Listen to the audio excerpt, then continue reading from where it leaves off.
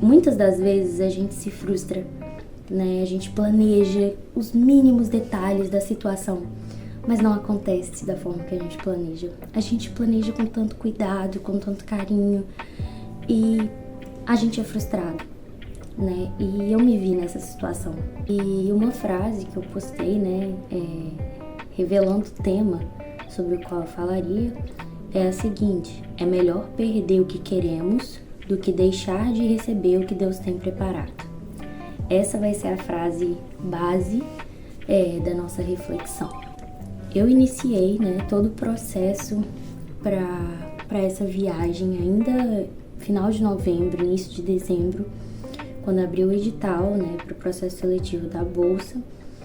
E aí tudo estava muito incerto, né, e tal. E em janeiro, na verdade, saiu o resultado de que eu tinha conseguido a bolsa. Mas muitas coisas ainda eram necessárias, né? Só a bolsa não era o suficiente, né? Talvez muitos de vocês saibam, mas para entrar nos Estados Unidos é preciso um visto, né? E muitas taxas, muitos documentos têm que ser organizados, tanto com a universidade quanto com o próprio departamento de imigração. Então não é um processo simples, né? É um processo longo, complexo, que demanda tempo, que demanda paciência, né? Então muitas situações podem acontecer ao longo desse processo. E aí, passei por várias situações, inclusive o professor com quem eu vou passar esse período aqui, ele deu uma sumida quando eu mais precisava das assinaturas dele, da confirmação dele. E aí eu comecei a entrar em desespero, porque o prazo já estava começando a passar. De início, em janeiro, eu tive a confirmação, mas a minha viagem deveria acontecer até dia 1º de junho, então eu estava relativamente com um prazo bom, né? E aí o tempo foi passando e eu fui ter a confirmação e todos os documentos para dar entrada no visto ainda apenas em maio. Então eu tive um período aí de 1 mês para organizar toda uma viagem, né? Desde ir até conseguir o visto, desde ir na entrevista, pagar a documentação, pagar taxas, organizar todos os documentos, organizar a viagem, né? Organizar a mala, saber todas as regras, né, de viagem, comprar passagem, tudo isso em 1 mês, né?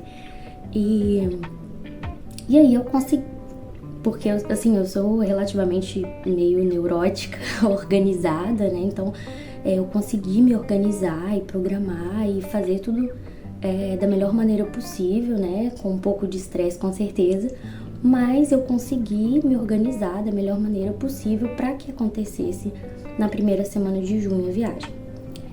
A viagem deveria acontecer a partir do dia 1º de junho até no máximo dia 15 de junho. E aí, como eu tive pouco tempo de organização, eu programei minha primeira data de viagem era dia 9 de junho, né? Então eu cheguei a comprar passagem, já estava tudo certo, eu estava com toda a documentação, já tinha avisado o professor que eu viria dia 9, chegaria aqui dia 10 em Chicago, e já estava assim, tudo certo, tudo planejado. Porém, um detalhe super importante não aconteceu, que era a chegada do passaporte. Quando a gente consegue o visto, né, dos Estados Unidos, alguns de vocês devem saber, você precisa deixar o seu passaporte lá para que eles possam emitir o visto no seu passaporte. E aí, o meu passaporte ficou lá. E aí você pode escolher 2 formas de pegar o passaporte. Ou você pega lá no consulado, no meu caso foi em São Paulo, ou você paga uma taxa para receber em casa. E aí, você tem que decidir isso antes de ir para a entrevista. E eu marquei minha entrevista final de maio, então assim, eu não tinha noção de como que as coisas iam acontecer, se ia dar certo, se não ia, como que...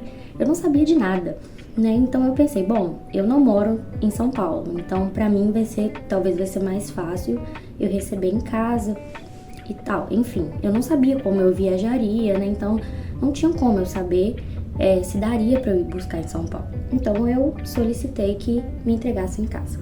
Enfim, marquei para dia 9 minha passagem. Dia 4, meu passaporte foi enviado para minha casa, porém, ele não chegou a tempo do dia 9. A minha viagem para sair do Brasil saía de São Paulo, ironicamente. E aí, porém, para que eu mudasse, né, a forma de receber o passaporte, eu teria que agendar. Então, não tinha como eu trocar a forma de receber o passaporte, não tinha como eu receber antes do tempo, não tinha como eu buscar em outro lugar. Eu tentei de todas as formas possíveis resolver esse problema para que eu conseguisse viajar no dia 9. E não foi possível. Então, eu cheguei no ponto máximo da decepção. Eu tive que remarcar voos, eu tive que remarcar agendamentos de hotel, pagar taxa de remarcação em tudo. Então, assim, foi um prejuízo financeiro, foi um prejuízo emocional, porque eu fiquei muito abalada com essa situação.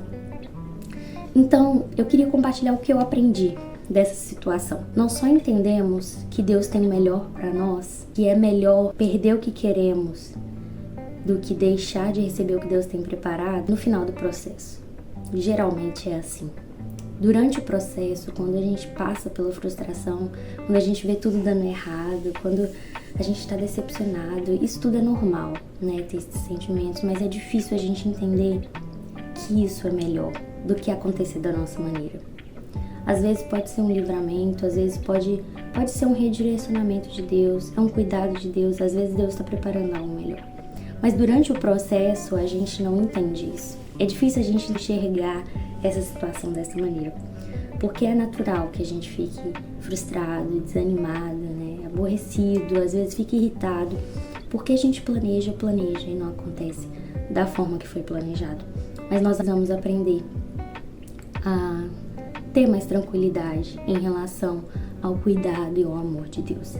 E eu vou ler algumas verdades da Bíblia que nos ensinam sobre o depender de Deus, sobre o cuidado de Deus conosco. Alguns desses versículos que eu vou ler aqui, eles ficavam em um quadrinho na minha casa, sempre ficam, né, na verdade, de tempos em tempos eu mudo para me lembrar, né, do cuidado de Deus.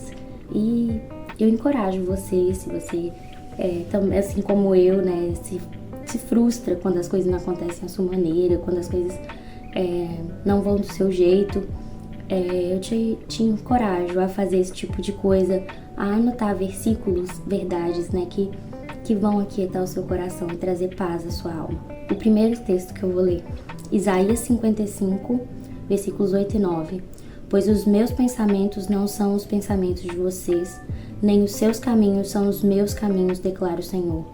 Assim como os céus são mais altos do que a terra, também os meus caminhos são mais altos do que os seus caminhos, e os meus pensamentos mais altos do que os seus pensamentos. Jeremias 29, 11. Porque sou eu que conheço os planos que tenho para vocês, diz o Senhor, planos de fazê-los prosperar e não de causar dano, planos de dar a vocês esperança e um futuro. Mateus 7:11. Se vocês, apesar de serem maus, sabem dar boas coisas aos seus filhos, quanto mais o Pai de vocês que está nos céus dará coisas boas aos que lhe pedirem.